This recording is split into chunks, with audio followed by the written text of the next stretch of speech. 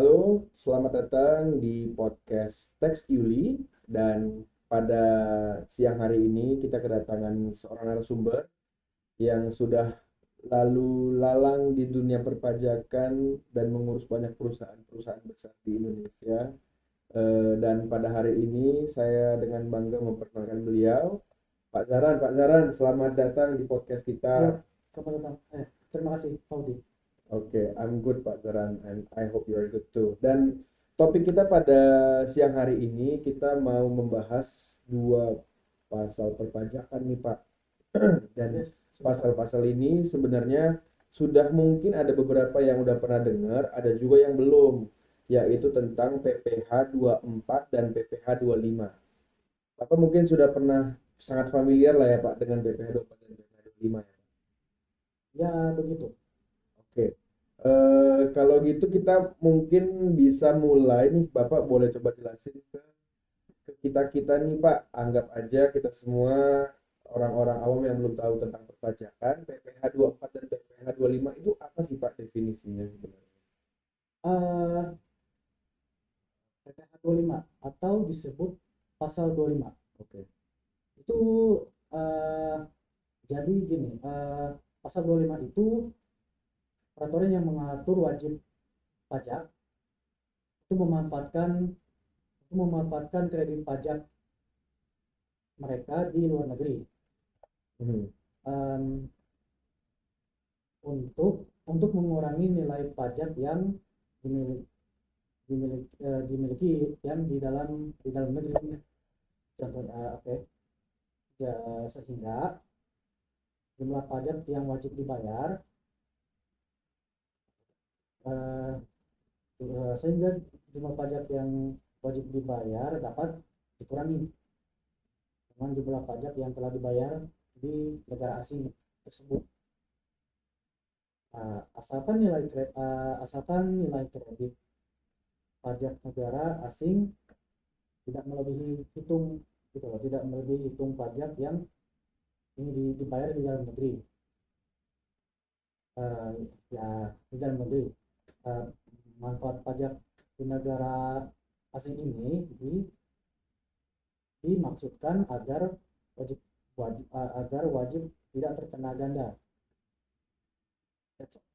Gitu ya Pak kira-kira definisi untuk PPh lima tadi Pak ya.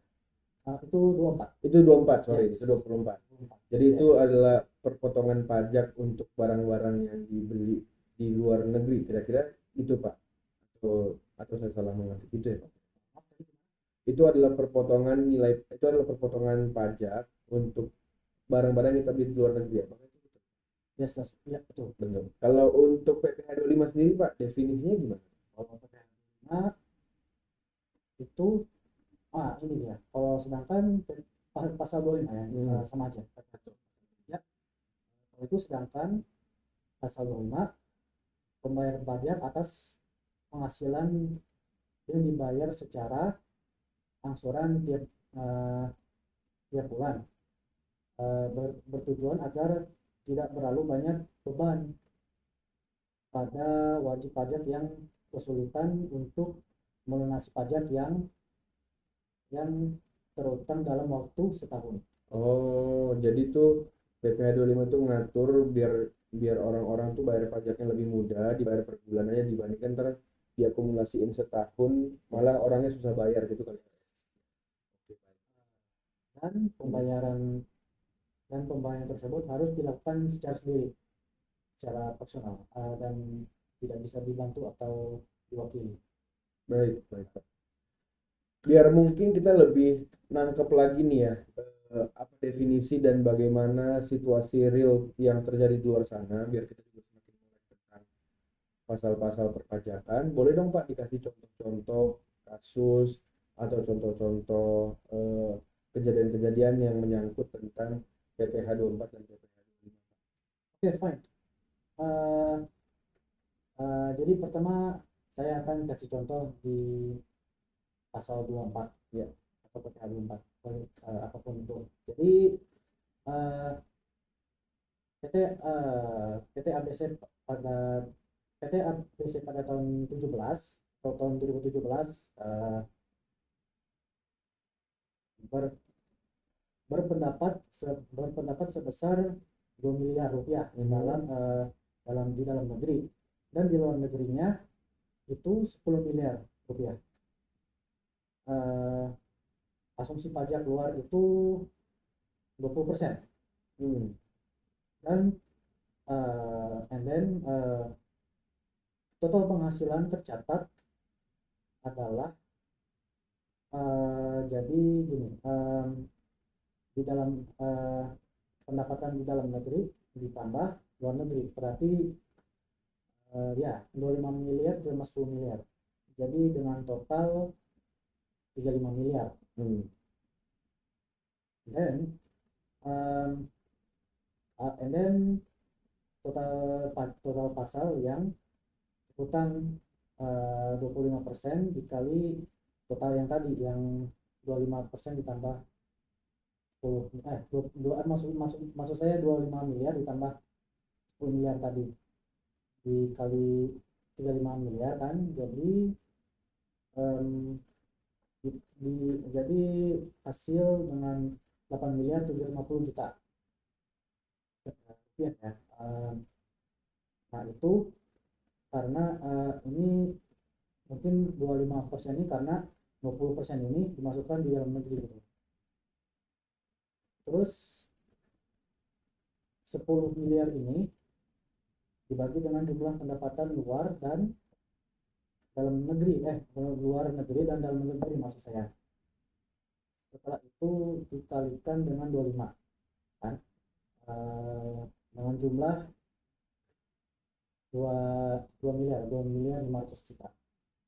Jadi PPh atau pasar PPh yang sudah dibayarkan di luar negeri adalah sebesar yang tadi saya sebut 2 miliar 500 itu, dan nominal ini akhirnya digunakan sebagai pengurang pajak untuk dalam negeri.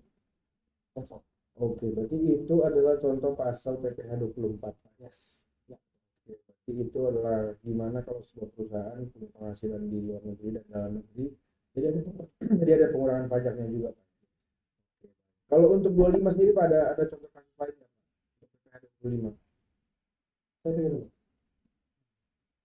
Ada. Oke. Uh,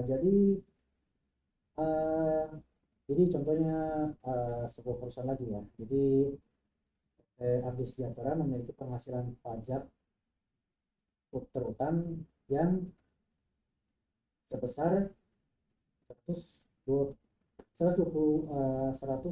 juta di tahun 2021 atau tahun 2021, dengan detail pajak yang dipotong dipungut 3 pihak. Yang pertama, pemotongan pasal 22 itu sebesar 30 juta rupiah. Kedua yaitu pemotongan pasal 23 yaitu 15 juta, dan yang terakhir itu pasal 24 itu pembayaran kredit negara asing yaitu sebesar 40 juta. Nah, untuk formulanya atau rumus ya, jadi ya formula atau rumus itu sama aja. Jadi rumusnya itu pemotongan PPh 22 ditambah 23 ditambah lagi dengan PPh 24. So berarti 30 juta tambah 15 dan ditambah 40, dengan totalnya semua itu dapat 5 juta rupiah, dan ini adalah bagian dari panjang. Oke, dan kemudian bagian dasar perhitungan angsuran. Jadi pajak penghasilan di tahun 21 tersebut dikurangi dengan total kredit pajaknya. Jadi 125 yang dari penghasilan pajak dikurang dengan total kredit tadi 85 juta. So dengan hasil ya 40 juta rupiah. Dan kemudian bagian akhir namanya besar angsuran per bulan.